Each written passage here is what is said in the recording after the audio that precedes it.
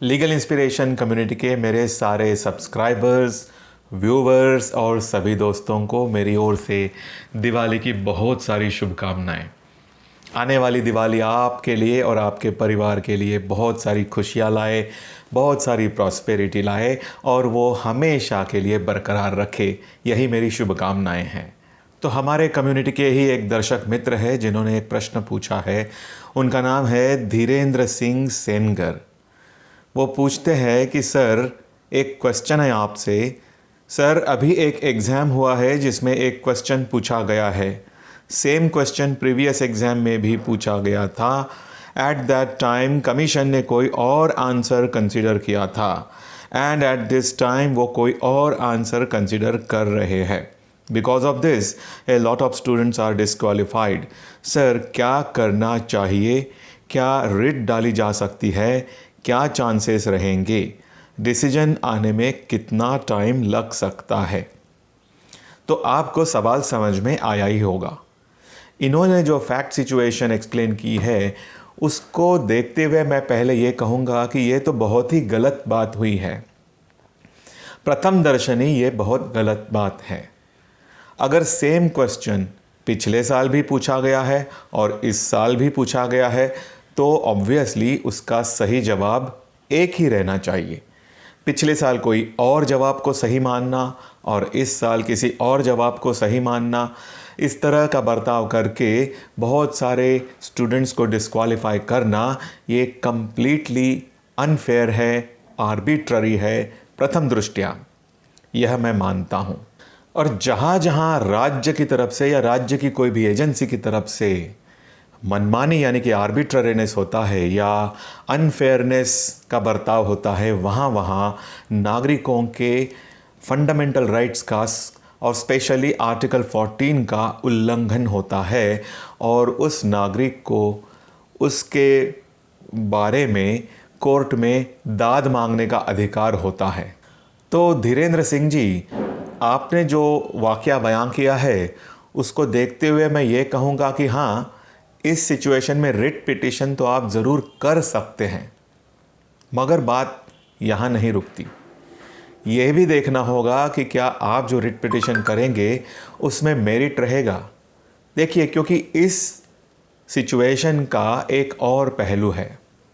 अब मान लीजिए कि कमीशन ऐसा स्टैंड लेती है कोर्ट के सामने, जो भी रिट पिटीशन आप दायर करोगे उसके जवाब में, कि पिछले साल जिस आंसर को उन्होंने कंसिडर किया वो आंसर गलत था और ये बात जब उनको रियलाइज़ हुई तो इस साल उन्होंने सही जो आंसर है उसको विचार में लिया हुआ है।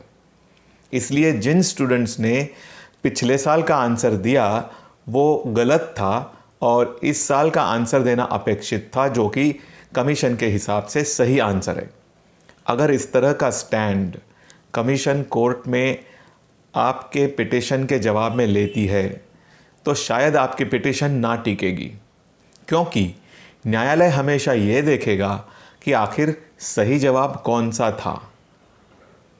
और अगर न्यायालय इस बात से कन्विंस हो गए कि इस साल जो जवाब कमीशन सही मानकर चल रहा है वो जवाब ही सही है और जिन स्टूडेंट्स ने वो जवाब नहीं दिया वो सभी डिस्क्वालीफाइड है सही तरीके से, तो आपकी केस शायद टिकेगी नहीं, मतलब कि आपकी केस में आपको सक्सेस मिलने के चांसेस कम हैं। तो ये डायमेंशन को भी आपको ध्यान में रखना पड़ेगा।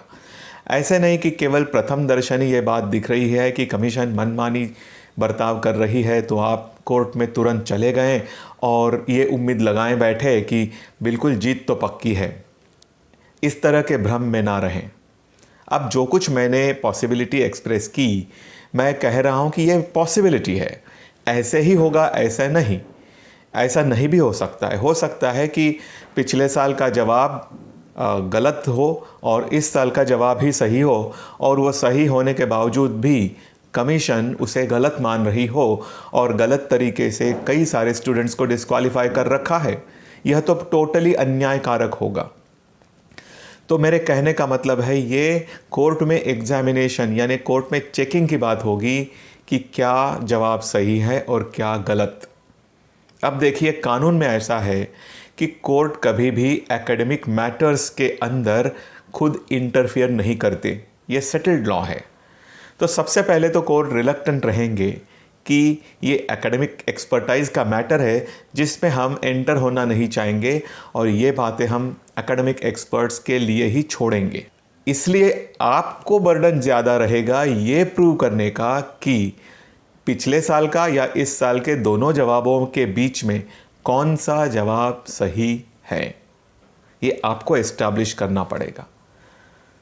और कैसे एस्टैब्लिश करेंगे, ये ऑफ कोर्स आप किसी एक्सपर्ट का एफिडेविट कोर्ट के सामने डालकर आप एस्टैब्लिश करने की कोशिश कर सकते हैं। अब इसमें कोर्ट कितना अंदर जाना चाहेगा और कितना नहीं, ये ऑफ कोर्स कोर्ट की मर्जी होगी। तो जो कुछ आगे का आप करोगे, आप वकील के सलाह से करिए और पहले आपके लेवल पर आप कंफर्म हो जाइए कि जो भी केस आप करोगे उसमें गुणवत्ता हो, मेरिट हो, और तभी आप केस कीजिए।